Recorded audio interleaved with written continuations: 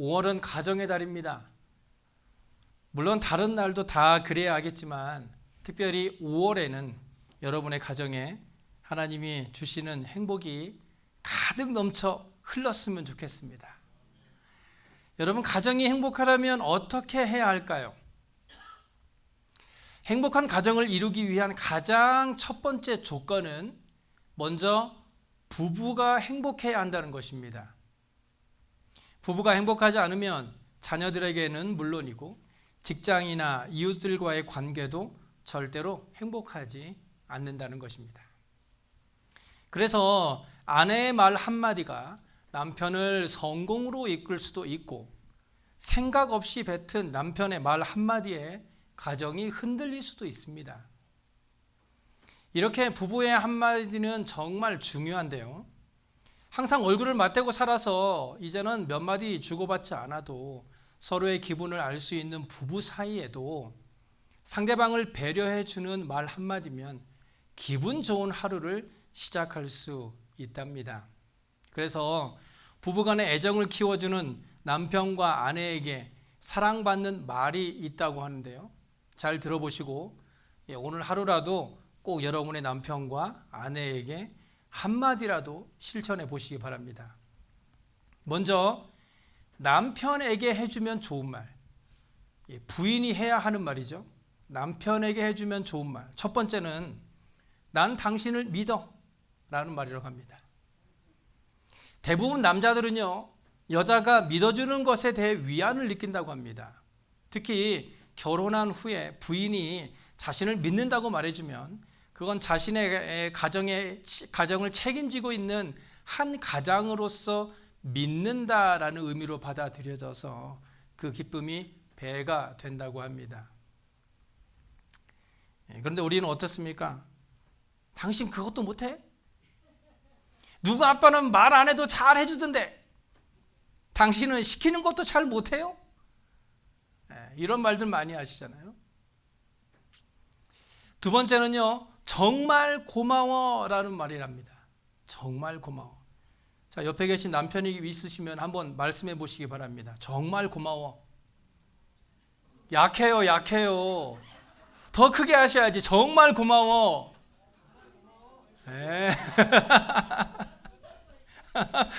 손잡고 하셨어요. 정말 고마워. 야근과 회식으로 지친 남편, 하루 종일 바깥일로 바쁘게 보낸 남편, 묵묵히 오늘도 최선을 다한 남편에게 고마워라는 아내의 진심 어린 말 한마디는 그동안의 힘든 일을 잊어버리게 할 만큼 큰 힘이 된다고 합니다. 세 번째는요, 그래요, 괜찮아요 라는 말이라고 하네요. 자, 한번 더 해볼까요? 옆에 계신 남편분에게 그래요, 괜찮아요. 왜 맨날 욕만 하려고 그러다가 갑자기 이런 말 하니까 좀 어색하십니까? 그래요, 괜찮아요. 한번 해보세요. 그래요, 괜찮아요. 좀 크게 해주랍니다. 본인은 안 하고 크게 하랍니까?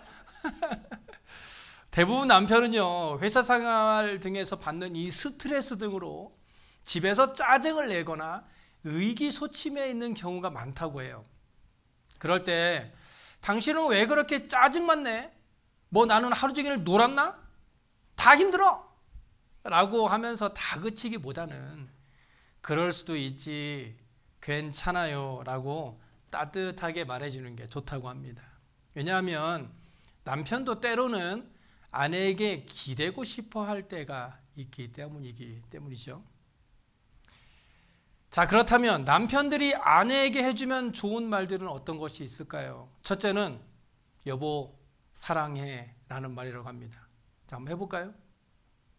여보 사랑해.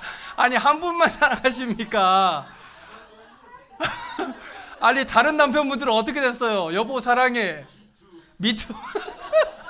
아니, 다른 부인 사랑하지 말고 옆에 부인 계신 부인을 사랑한다고 본인 입으로 말씀하셔야지. 여자는요, 나이가 많으나 적으나 여자예요. 그죠? 그래서 끊임없이 자신이 사랑받고 있다는 것을 확인하고 싶어 한답니다. 그래서 남편은 아내가 사랑받고 있다고 느끼게 해주는 것이 행복한 결혼 생활을 유지하는데 가장 중요한 일이라고 하네요. 그래서 이 사랑한다라는 말이 참 식상한 말인 것 같지만 들어도 식상하지 않은 말이 또 이 사랑한다라는 말이라고 합니다.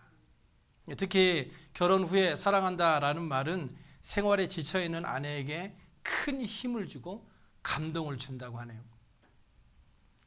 두 번째는요, 당신 정말 잘했어 라는 말이라고 합니다. 남편분들 한번 얘기해 보세요. 당신 정말 잘했어.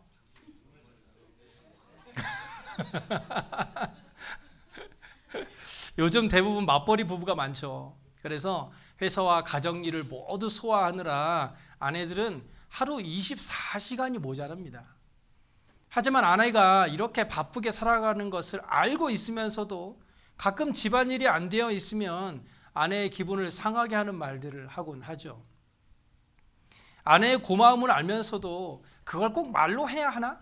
라고 생각하며 따뜻한 말 한마디 전하는 남편도 많지 않죠. 하지만 자신과 아이들을 위해 열심히 일하는 아내에게 고마워, 당신 정말 잘했어 라는 남편의 말 한마디는 그동안 섭섭했던 아내의 서운함을 다 녹여줄 수 있다고 합니다. 세 번째는요, 많이 힘들지? 미안해 라는 말입니다. 자, 한번 해보세요. 많이 힘들지? 미안해.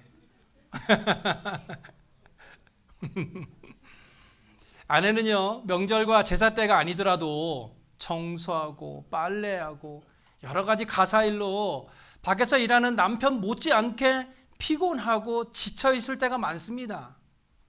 그럴 때 남편이 조용히 다가가서 아내의 어깨도 주물러주고 위로가 되는 말 한마디를 해준다면 그동안에 쌓였던 피로가 싹 풀린다고 하죠. 그런데 남편이나 아내에게 하지 말아야 할 말이 있다고 해요. 첫째는요, 당신하고 결혼한 건 내 인생 최대의 실수야. 대부분 부부싸움을 하고 나면 여러 가지 푸념들을 늘어놓습니다. 막 과거에 있던 일 막 끄집어내서 막 이야기하기도 하죠. 그 중에 가장 많이 하는 말이 내가 당신하고 결혼만 안 했으면, 당신하고 결혼한 건 내 인생 최대의 실수야 라와 같은 결혼한 것을 후회한다라는 말이라고 해요. 결혼을 후회한다는 말은 부부간의 믿음이 흔들리는 원인을 제공한다고 합니다. 그러니까 홧김에라도 그런 말은 하지 않아야 하겠죠. 그리고 한마디 더, 당신 친정에서 배운 게 뭐야? 라는 말이라고 해요. 남편은 아내의 집안, 즉 친정에 대해서 함부로 말하는 것을 삼가야 한다고 합니다.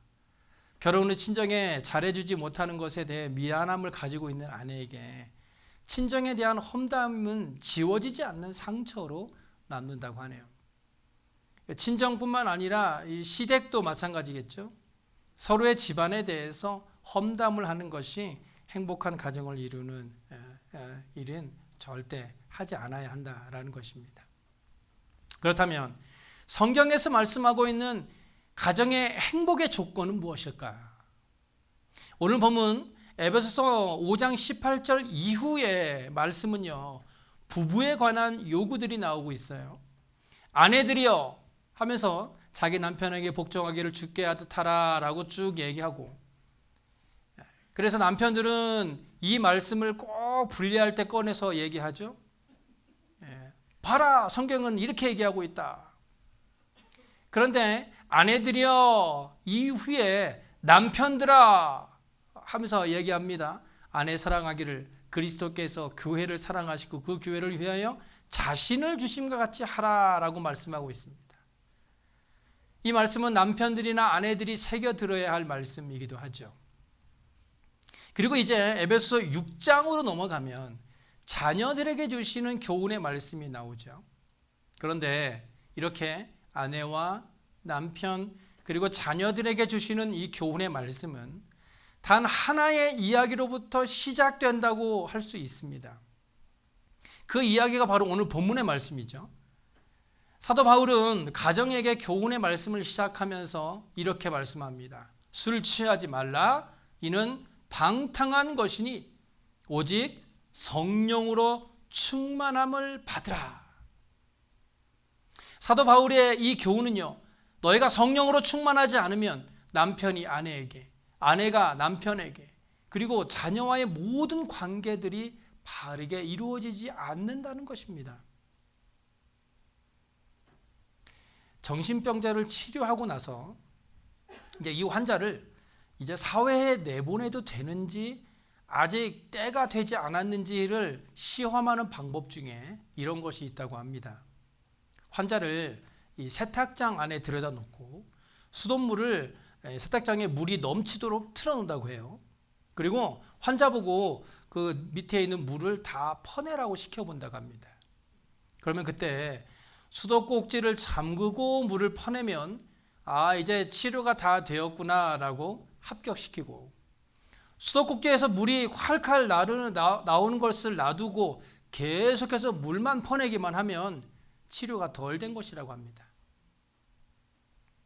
수도에서 물이 펑펑 쏟아지는데 계속해서 물만 퍼내는 모습이 우스꽝스러워 보이겠지만 우리의 신앙생활에서도요, 이런 우스꽝스러운 모습은 쉽게 찾아볼 수 있습니다. 예를 들어서 심령이 가난한 자는 복이 있다. 원수가 줄이거든 먹이고 헐벗거든 입혀라. 의에 줄이고 목말라라 하는 것들은요, 이 수도꼭지를 잠그지 않고 물만 퍼내는 식으로는 할 수 없는 일들입니다. 또 이웃을 사랑해라. 거짓말하지 말라. 시기와 분쟁과 싸움으로 가지 말고 용서하고 인내하고 화목하라 라는 말들은 성도가 아닌 사람들은 절대로 할 수 없는 일들입니다. 그래서 불신자들은요, 이러한 일들을 흉내만 내려고 하죠. 즉 자신이 칼을 들고 직접 상대방을 죽이지는 않지만 한 고개, 두 고개, 세 고개를 넘어 간접적으로 결국은 은근히 상대방을 죽이는 겁니다. 아주 이쁘게 쏴 죽이는 것이죠.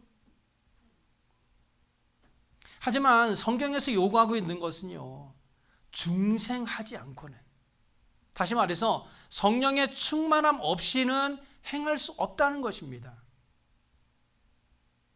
부부가 어떻게 살아야 하는가, 부모와 자녀와의 관계가 어떠해야 하는가, 어떻게 사회생활을 해야 하는가 하는 모든 문제에서 성령 충만한 것이 전제되지 않고는 절대로 바른 가정생활에 따른 행복을 누릴 수 없다는 것입니다.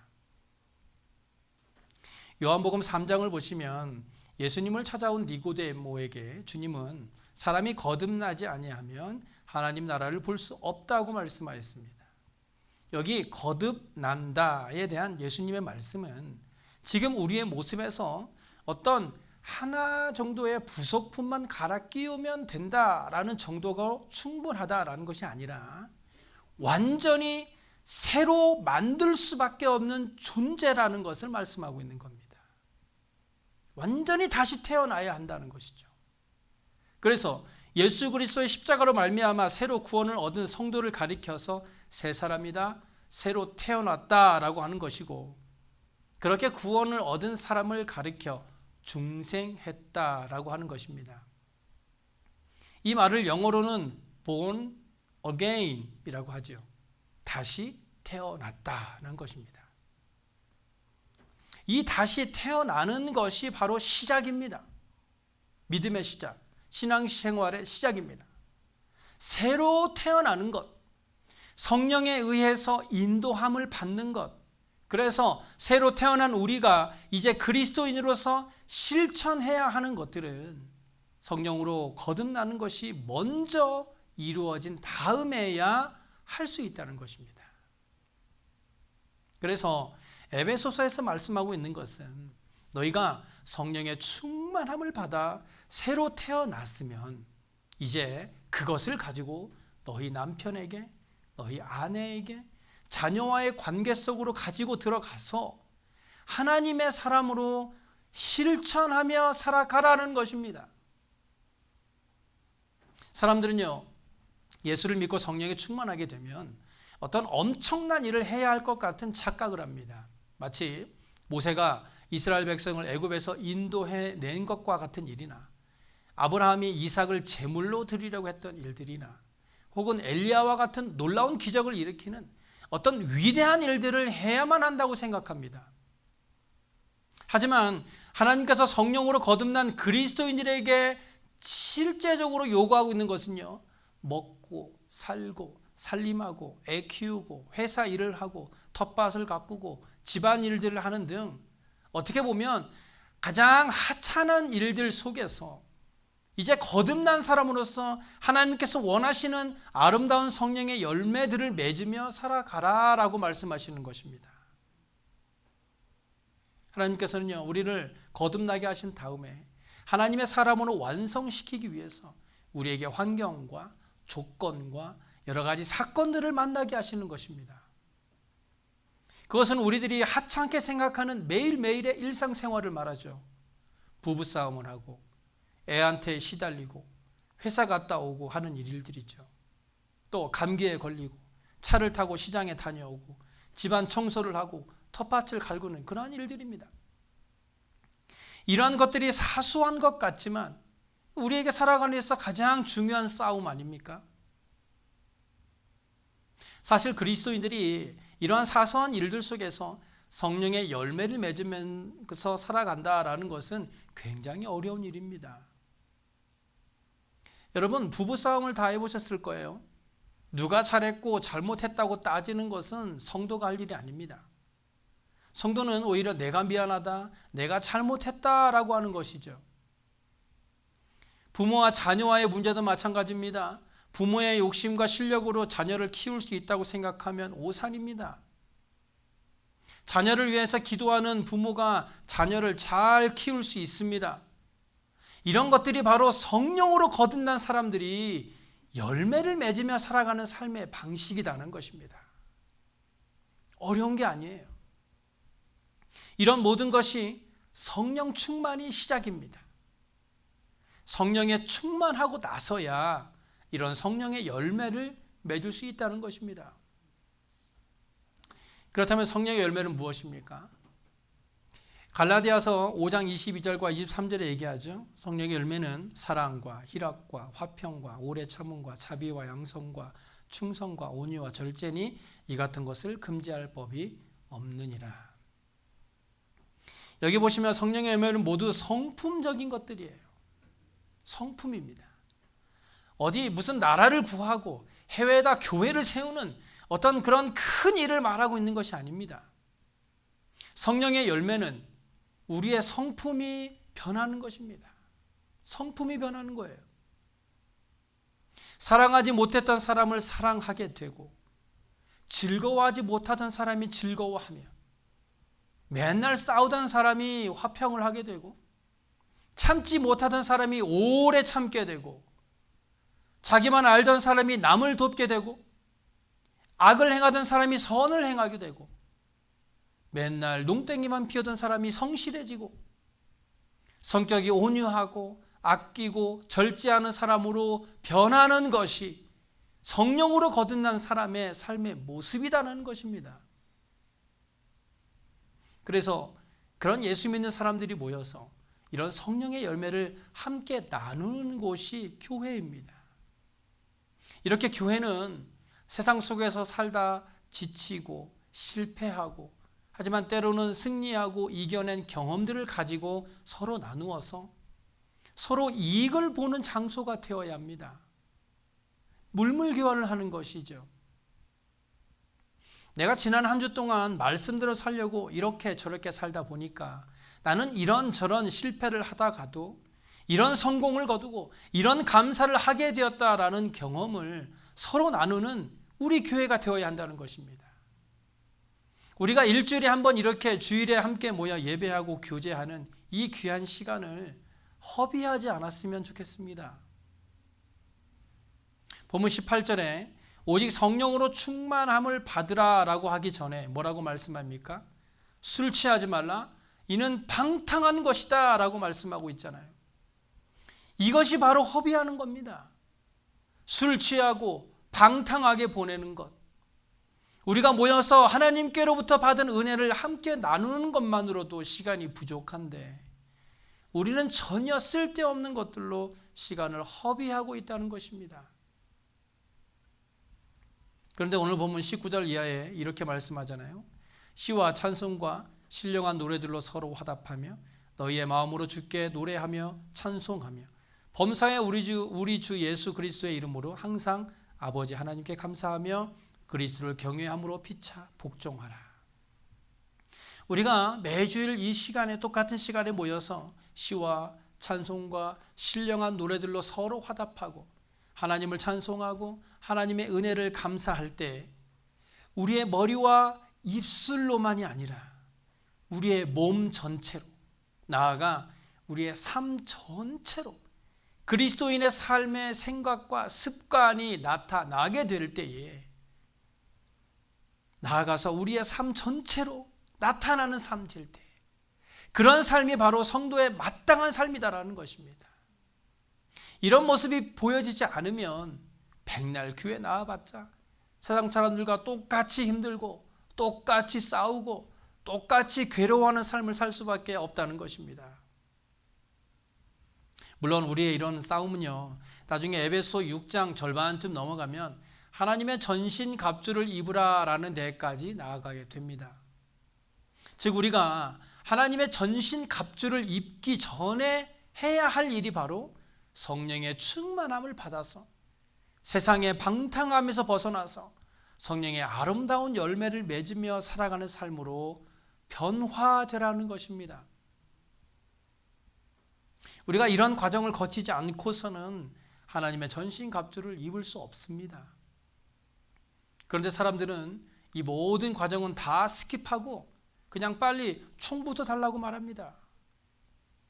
무슨 귀신을 쫓아낸다거나 방언을 했다든가 환상을 보았다고 하는 어떤 특이하고 기이한 아주 높은 차원의 어떤 것들을 하나씩들은 다 가지고 있는데 그 중간 부분은 아무것도 없습니다. 즉 머리는 커졌는데 몸통은 빼짝 말라 있는 거예요. 갈라디아서 5장 5절에 우리가 성령으로 믿음을 따라 의의 소망을 기다린다 하고 말씀합니다. 성령으로 믿음을 따라 산다는 것은 성령과 하나가 되어 성령께서 만드시는 열매를 나도 맺는 것입니다. 그러므로 성령을 따라 행하는 사람들은 사랑하는 사람들이라고 할 수 있습니다. 성령을 따라 행하는 사람들은 하나님이 과거에 하셨던 일도 현재 하고 계신 일도 또 앞으로 하실 일들에 대해서도 기쁨과 평안을 누립니다. 성령을 따라 행하는 것은 성령으로 충만한 것이며 그 성령 충만의 결과는 감사와 찬양과 기쁨입니다. 그래서 갈라디아서 5장 16절에 이렇게 말씀하죠. 너희는 성령을 따라 행하라. 그리하면 육체의 욕심을 이루지 아니하리라. 우리가 살아가면서 하고 있는 근심과 걱정은 모두가 육체의 욕심을 위한 것들입니다. 육체의 욕심이 채워지지 않으니까 근심하고 걱정하고 싸우고 다투는 것 아닙니까? 그래서 19절 이하에 육체의 일에 대해서 말씀하죠. 육체의 일은 분명하니 곧 음행과 더러운 것과 호색과 우상 숭배와 주술과 원수 맺는 것과 분쟁과 시기와 분냄과 당 짓는 것과 분열함과 이단과 투기와 술 취함과 방탕함과 또 그와 같은 것들이라. 그런데 이런 일을 하는 자들은요, 하나님의 나라를 유업으로 받지 못할 것이다 라고 분명하게 말씀합니다. 사랑하는 성도 여러분, 이 성령 충만을 우습게 여기지 마시기 바랍니다. 성령 충만에 대해서 아무 감각 없는 사람처럼 그냥 그렇게 지나치지 마시기 바랍니다. 우리는 성령으로 충만해야 합니다.